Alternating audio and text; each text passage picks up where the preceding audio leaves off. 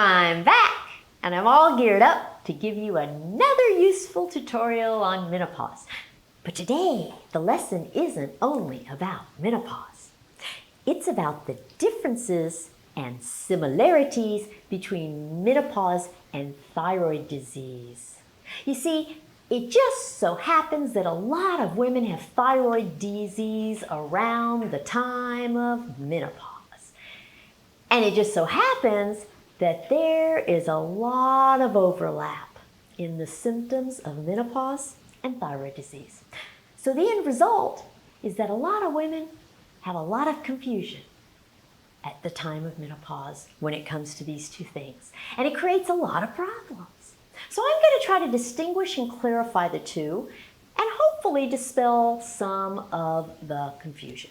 If you have any kind of thyroid problem, or if you will ever deal with menopause, you need to watch this video. In other words, every woman needs to watch it. Now, you know how organized I am, so instead of just jumping right into it, I'm going to start by giving you a primer on the thyroid gland. So this is a model of your thyroid gland.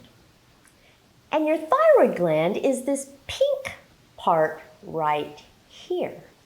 As you can see, it's a butterfly-shaped gland. And it's located at the base of your neck, right about where the Adam's apple is. On Buddy the skeleton, it's right here. See? Right there. And it functions to control your metabolism. Stay still, buddy. So your thyroid is supposed to function in a steady, predictable manner. And thyroid disease exists whenever your thyroid overfunctions or underfunctions. Overfunctioning of your thyroid is called hyperthyroidism. And it's characterized by a thyroid gland that is too large. And it looks something like this instead of like this. Big difference. Bigger. Bigger thyroid. Underfunctioning of your thyroid gland is called hypothyroidism, and it's characterized by a thyroid gland that is too small, like this, instead of like this. See the difference? Hypothyroidism, small. Now, the reason thyroid disease can be confused with menopause is because the symptoms of hyper or hypothyroidism are exactly the same as the symptoms of menopause. For example, the symptoms of hyperthyroidism, when your thyroid is too big, are absence of your periods, sweating or heat intolerance, insomnia, irritability and mood swings, anxiety, and nervousness. Every one of those is a symptom of menopause also. So you can see why it might be difficult for a woman to discern whether she's experiencing hyperthyroidism or menopause if she has any of those symptoms. However, I would like to make one distinction. Being hot all the time is not the same thing as having hot flashes. The difference between the two is quite obvious, but you would be surprised at the numbers of women who think that being hot all the time constitutes hot flashes. A hot flash is a momentary event. That word flash means a flash. It lasts only a couple of minutes, and it is a symptom of menopause. Being hot all the time is a completely different thing, and it's more consistent with hyperthyroidism. Okay, and the symptoms of hypothyroidism, where the thyroid is too small, are heavy periods, insomnia, fatigue, forgetfulness and cloudy thinking, depression, dry skin and hair loss, joint pain, and weight gain. Every one of those is a symptom of menopause too. Once again, it can be very difficult for a woman to know which she has, hypothyroidism or menopause. Now, if you recall way back to video 12 on how to diagnose menopause, I taught you that you don't need to diagnose menopause any more than you need to diagnose puberty. You should expect menopause. It's gonna happen. Your job is to recognize it when it comes along.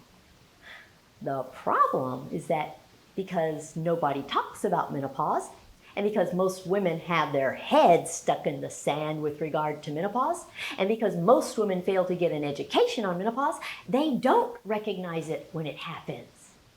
My goal with this education is to change all that. So you do not have to diagnose menopause, but you do have to diagnose thyroid disease. And fortunately, diagnosing thyroid disease is very easy. All it takes is a simple little blood test. And that test is called thyroid function tests, TFTs. And it measures the levels of your thyroid hormones. One of your thyroid hormones comes from your brain, and it's called TSH for thyroid stimulating hormone, TSH. Two of your thyroid hormones come from your thyroid gland itself, and they're called T3 and T4. But a single blood test measures all three. So if you discover that you do have thyroid disease, either hyper or hypothyroidism, you will need to take thyroid hormones to correct the problem. And you'll need to take them for the rest of your life. Your doctor will determine the correct dosage of your thyroid hormones so that your thyroid returns to its normal level of functioning. Now, it may take some adjustments to get just the right dosage. And there's another catch. Many things can change the proper dosage of your thyroid hormone medication. If you lose weight, your dosage needs may change. If you gain weight, your dosage needs may change. And if you take HRT, your dosage needs may change. You see, your thyroid is very sensitive. It responds to every little thing that happens to your body. So you have to check your thyroid function tests regularly to ensure that your dosage of thyroid medication is still correct. You know, when a woman with thyroid disease gets pregnant, we check her thyroid function tests every month during pregnancy. Why? Because as her estrogen and progesterone levels rise during the pregnancy, her thyroid medication needs to change. It's important to stay on top of her changing needs. Well, guess what? Menopause is no different. If you have thyroid disease before you enter menopause and you don't take HRT, you may need to change your dosage of thyroid meds. And if you have thyroid disease before menopause and you do take HRT, you may need to change your dosage of thyroid meds.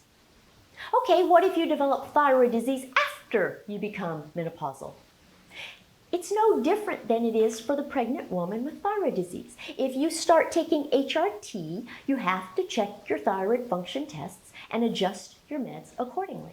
And if you stop taking HRT, you have to check your thyroid function tests and adjust your meds accordingly. If you change the dosage of your HRT, you have to check your thyroid function tests and adjust your meds accordingly. You might even have to adjust your thyroid medications if you merely change brands of HRT. The bottom line is that your sex hormones and thyroid hormones affect one another. When you change the levels of one, you need to adjust the levels of the other. This one simple principle can save you a lot of confusion. Anything that changes one will require adjustments in the other. Okay, so there you have it, your basic primer on thyroid disease as it pertains to menopause. Now, if you have a thyroid problem, do not assume that this tutorial teaches you everything you need to know about your personal situation. These videos are not a do-it-yourself guide to anything. They provide the basic education and facts. They are not tailored to you personally. For personal tailoring, you need to schedule a one-on-one consultation. Every situation is different. Women are not robots. Do not assume that your situation is like someone else's. It isn't. So if you need a consultation, schedule it at menopausetailor.me. And you can give me as much detail about yourself as possible, enabling me to personalize all of the information to you. Okay, so I'll sign off for now. Follow me on Facebook, Twitter, and Instagram. Subscribe to my channel and come back next week when I'll tell you how to avoid being oblivious to the obvious aspects of menopause. Bye!